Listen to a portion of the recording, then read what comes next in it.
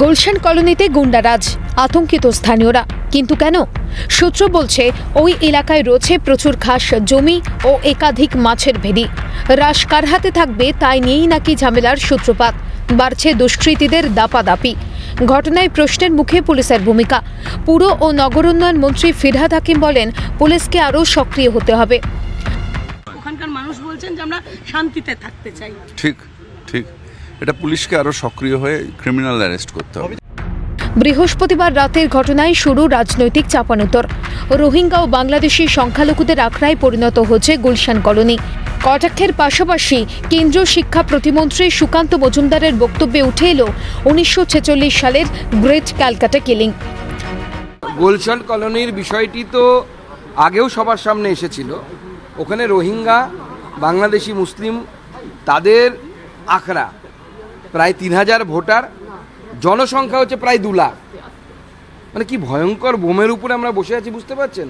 এবং পশ্চিমবঙ্গ সরকার জনবিস্ফোরণের বোমকে সযত্নে লালন এবং পালন করছে। গ্রেট ক্যালকাটা কিলিংস যখন 46-এ হয়েছিল, সেই ধরনের পরিস্থিতি যদি তৈরি হয়, তাহলে পরে এই হিউজ পপুলেশন, হিউজ মাস মব যদি রাস্তায় বেরিয়ে আসে, কলকাতা পুলিশ কি কন্ট্রোল করতে পারবে? তোপ দাগতে ছাড়েনি বিজেপি নেতা দিলীপ ঘোষ। তার কথাই, দুষ্কৃতীদের আশ্রয়স্থল হয়ে উঠেছে গুলশান কলোনি। ভোট ব্যাংক বাড়াতে কাজে লাগানো হচ্ছে। নাম না করে মুখ্যমন্ত্রী মমতা বন্দ্যোপাধ্যায়কে নিশানা। গুলশান কলোনিটা বসানো হয়েছে এই জন্যই, বাংলাদেশি দুষ্কৃতিকারীদের, অন্য রাজ্যের দুষ্কৃতিকারীদের ওখানে শেল্টার দেওয়া হচ্ছে। তারা ধীরে ধীরে ভোটার হয়ে যাচ্ছে। কয়েক লক্ষ লোক আছে ওখানে।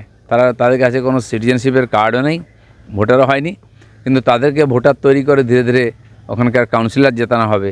কে করছে কী করছে লোকে সবাই জানে, কিন্তু সমাধান কি? দিদিমণি কিছুতে এগুলো ঠিক করতে দেবেন না, তার আশীর্বাদেই হচ্ছে এগুলো সব। যদিও বিরোধীদের অভিযোগ নস্যাৎ করে কলকাতা পুরসভার 108 নম্বর ওয়ার্ডের কাউন্সিলর সুশান্ত ঘোষ বলেন, ভ্রান্ত ধারণা তৈরি করে গুলশানের মানুষকে অপমান করার চেষ্টা চলছে। গুলশানের ডাক্তার, ইঞ্জিনিয়ারদের পাশাপাশি থাকেন সাধারণ মানুষও। তারা প্রত্যেকে ভারতবর্ষের নাগরিক। আজকে অতি সরলীকরণ করা হচ্ছে যে গুলশান কলোনিতে বাংলাদেশি, রোহিঙ্গা এবং পাকিস্তানের লোকেরা ভরে গিয়েছে। আপনারা দীর্ঘদিন সাংবাদিকতা করছেন, আপনাদের গ্রাউন্ড লেভেলে যারা সাংবাদিকতা করে তারা ওই অঞ্চল চষে বেড়াচ্ছে।